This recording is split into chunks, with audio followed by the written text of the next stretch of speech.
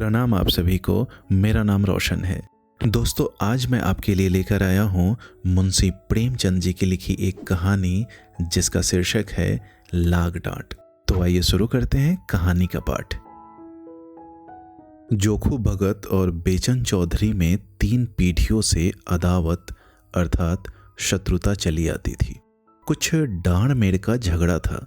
उनके परदादों में कई बार खून खच्चर हुआ। बापों के समय से मुकदमेबाजी शुरू हुई। दोनों कई बार हाई कोर्ट तक गए। लड़कों के समय में संग्राम की भीषणता और भी बढ़ी, यहाँ तक कि दोनों ही अशक्त हो गए। पहले दोनों इसी गांव में आधे आधे के हिस्सेदार थे। अब उनके पास उस झगड़ने वाले खेत को छोड़कर एक अंगुल जमीन न थी। भूमि गई, धन गया, मान मर्यादा गई, लेकिन यह विवाद ज्यों का त्यों बना रहा। हाई कोर्ट के धुरंधर नीतिज्ञ एक मामूली सा झगड़ा तय न कर सके। इन दोनों सज्जनों ने गांव को 2 विरोधी दलों में विभक्त कर दिया था। एक दल की भंग बूटी चौधरी के द्वार पर छनती तो दूसरे के चरस गांजे के दम भगत के द्वार पर लगते थे। स्त्रियों और बालकों के भी 2 दल हो गए थे। यहाँ तक कि दोनों सज्जनों के सामाजिक और धार्मिक विचारों में भी विभाजक रेखा खींची हुई थी। चौधरी कपड़े पहने सत्तू खा लेते और भगत को ढोंगी कहते। भगत बिना कपड़े उतारे पानी भी न पीते और चौधरी को भ्रष्ट बतलाते। भगत सनातन धर्मी बने तो चौधरी ने आर्य समाज का आश्रय लिया।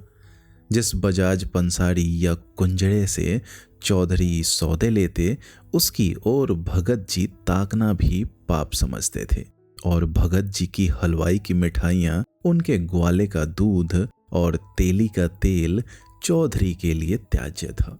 यहाँ तक कि उनके आरोग्यता के सिद्धांतों में भी भिन्नता थी। भगत जी वैदक के कायल थे, चौधरी यूनानी प्रथा के मानने वाले। दोनों चाहे रोग से मर जाते पर अपने सिद्धांतों को न तोड़ते। जब देश में राजनीतिक आंदोलन शुरू हुआ तो उसकी भनक उस गांव में भी आ पहुंची। चौधरी ने आंदोलन का पक्ष लिया, भगत उनके विपक्षी हो गए। एक सज्जन ने आकर गांव में किसान सभा खोली, चौधरी उसमें शरीक हुए, भगत अलग रहे। जागृति और बढ़ी, स्वराज्य की चर्चा होने लगी। चौधरी स्वराज्यवादी हो गए, भगत ने राजभक्ति का पक्ष लिया।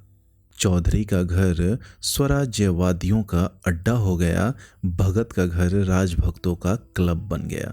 चौधरी जनता में स्वराज्यवाद का प्रचार करने लगे। मित्रों, स्वराज्य का अर्थ है अपना राज्य। अपने देश में अपना राज हो वह अच्छा है कि किसी दूसरे का राज हो वह? जनता ने कहा, अपना राज हो वह अच्छा है। चौधरी बोले, तो यह स्वराज्य कैसे मिलेगा? आत्मबल से, पुरुषार्थ से, मेल से। एक दूसरे से द्वेष करना छोड़ दो, अपने झगड़े आप मिलकर निपटा लो। एक ने कहा, आप तो नित्य अदालत में खड़े रहते हैं। फिर चौधरी ने कहा, हाँ, पर आज से अदालत जाऊं तो मुझे गौहत्या का पाप लगे। तुम्हें चाहिए कि तुम अपनी गाढ़ी कमाई अपने बाल बच्चों को खिलाओ और बचे तो परोपकार में लगाओ।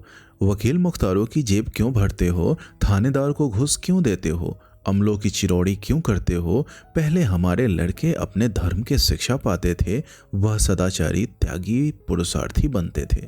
अब वह विदेशी मदरसों में पढ़कर चाकरी करते हैं, घूस खाते हैं, शौक करते हैं, अपने देवताओं और पितरों की निंदा करते हैं, सिगरेट पीते हैं, साल बनाते हैं और हाकिमों की गोरधड़िया करते हैं। क्या यह हमारा कर्तव्य नहीं कि हम अपने बालकों को धर्मानुसार शिक्षा दें? जनता बोली, चंदा करके पाठशाला खोलनी चाहिए। चौधरी बोले, हम पहले मदिरा को छूना पाप समझते थे, अब गांव-गांव और गली-गली में मदिरा की दुकानें हैं। हम अपनी गाढ़ी कमाई के करोड़ों रुपए गांजे शराब में उड़ा देते हैं। जनता बोली, जो दारू भांग पिए उसे डांड लगाना चाहिए। चौधरी बोले, हमारे दादा बाबा छोटे बड़े सब गाढ़ा गजी पहनते थे। हमारी दादियाँ नानियाँ चरखा काता करती थी। सब धन देश में रहता था। हमारे जुलाहे भाई चैन की वंशी बजाते थे। अब हम विदेश के बने हुए महीन रंगीन कपड़ों पर जान देते हैं। इस तरह दूसरे देश वाले हमारा धन ढोले जाते हैं और बेचारे जुलाहे कंगाल हो गए। क्या हमारा यही धर्म है कि अपने भाइयों की थाली छीनकर दूसरों के सामने रख दे? जनता बोली। गाढ़ा कहीं मिलता ही नहीं। चौधरी बोले। अपने घर का बना हुआ गाढ़ा पहनो, अदालतों को त्यागो, नशेबाजी छोड़ो, अपने लड़कों को धर्म कर्म सिखाओ, मेल से रहो, बस यही स्वराज्य है। जो लोग कहते हैं कि स्वराज्य के लिए खून की नदी बहेगी, वे पागल हैं। उनकी बातों पर ध्यान मत दो। जनता यह बातें चाव से सुनती थी। दिनों दिन श्रोताओं की संख्या बढ़ती जाती थी। चौधरी के सब श्रद्धाभाजन बन गए। भगत जी भी राजभक्ति का उपदेश करने लगे। भाइयों, राजा का काम राज करना और प्रजा का काम उसकी आज्ञा का पालन करना है। इसी को राजभक्ति कहते हैं और हमारे धार्मिक ग्रंथों में हमें इसी राजभक्ति की शिक्षा दी गई है। राजा ईश्वर का प्रतिनिधि है, उसकी आज्ञा के विरुद्ध चलना महान पातक है। राजविमुख प्राणी नरक का भागी होता है। एक व्यक्ति बोला, राजा को भी तो अपने धर्म का पालन करना चाहिए। फिर दूसरे ने कहा, हमारे राजा तो नाम के हैं, असली राजा तो विलायत के बनिए महाजन हैं। तीसरे ने बोला, बनिए धन कमाना जानते हैं, राज करना क्या जाने। भगत बोले, लोग तुम्हें शिक्षा देते हैं कि अदालतों में मत जाओ, पंचायतों में मुकदमे ले जाओ, लेकिन ऐसे पंच कहाँ हैं जो सच्चा न्याय करें, दूध का दूध और पानी का पानी कर दे। यहाँ मुंह देखी बातें होंगी। जिनका कुछ दबाव है उनकी जीत होगी, जिनका कुछ दबाव नहीं है वह बेचारे मारे जाएंगे। अदालतों में सब कार्रवाई कानून पर होती है और वहाँ छोटे बड़े सब बराबर हैं। शेर बकरी एक घाट पर ही पानी पीते हैं। किसी दूसरे ने कहा, अदालतों का न्याय कहने ही को है। जिसके पास बने हुए गवाह और दाव पेंच खेले हुए वकील होते हैं उसी की जीत होती है। झूठे सच्चे की परख कौन करता है? हाँ, हैरानी अलबत्ता होती है। भगत बोले, कहा जाता है कि विदेशी चीजों का व्यवहार मत करो, यह गरीबों के साथ घोर अन्याय है। हमको बाजार में जो चीज सस्ती और अच्छी मिले वह लेनी चाहिए, चाहे स्वदेशी हो चाहे विदेशी। हमारा पैसा सेंत में नहीं आता कि उसे रद्दी भद्दी स्वदेशी चीजों पर फेंके। एक ने कहा, अपने देश में तो रहता है, दूसरों के हाथ में तो नहीं जाता। दूसरे ने कहा, अपने घर में अच्छा खाना न मिले तो क्या विजातियों के घर का अच्छा भोजन खाने लगेंगे? भगत बोले, लोग कहते हैं लड़कों को सरकारी मदरसों में मत भेजो। सरकारी मदरसे में न पढ़ते तो आज हमारे भाई बड़ी बड़ी नौकरियां कैसे पाते, बड़े बड़े कारखाने कैसे बना लेते। बिना नई विद्या पढ़े अब संसार में निवाह नहीं हो सकता। पुरानी विद्या पढ़कर पत्र देखने और कथा बांचने के सिवाय और क्या आता है? राजकाज क्या पट्टी पोथी बांचने वाले लोग करेंगे? एक ने कहा, हमें राजकाज न चाहिए, हम अपनी खेती बाड़ी ही में मगन हैं, किसी के गुलाम तो नहीं।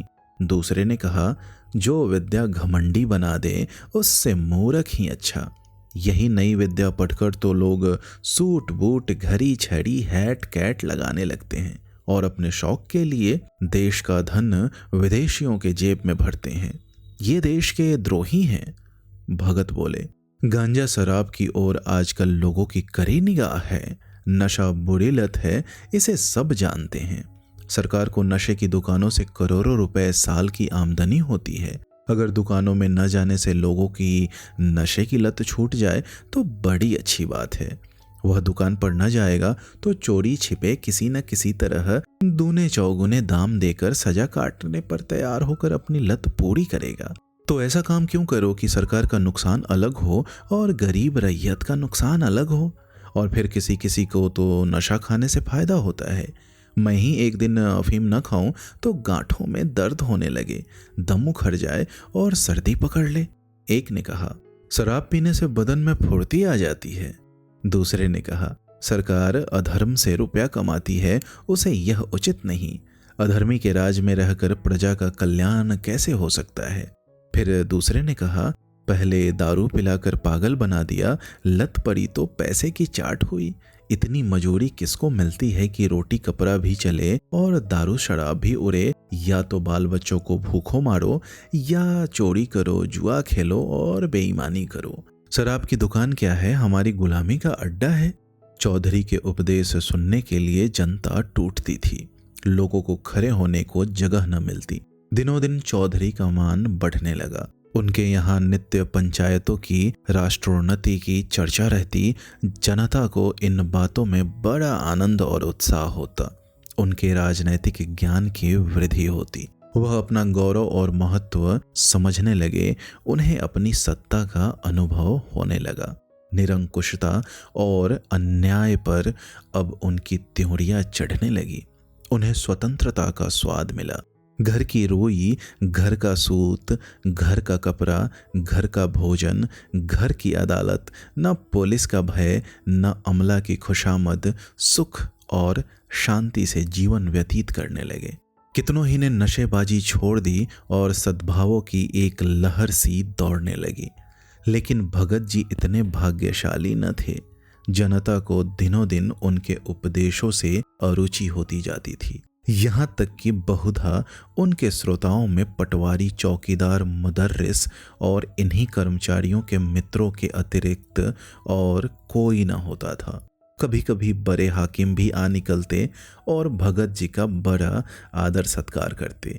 जरा देर के लिए भगत जी के आंसू पुछ जाते, लेकिन क्षण भर का सम्मान आठों पहर के अपमान की बराबरी कैसे करता। जिधर निकल जाते उधर ही उंगलियां उठने लगती। कोई कहता खुशामदी टट्टू है, कोई कहता खुफिया पुलिस का भेदी है। भगत जी अपने प्रतिद्वंदी की बड़ाई और अपनी लोक निंदा पर दांत पीस पीस कर रह जाते थे। जीवन में यह पहला ही अवसर था कि उन्हें सबके सामने नीचा देखना पड़ा।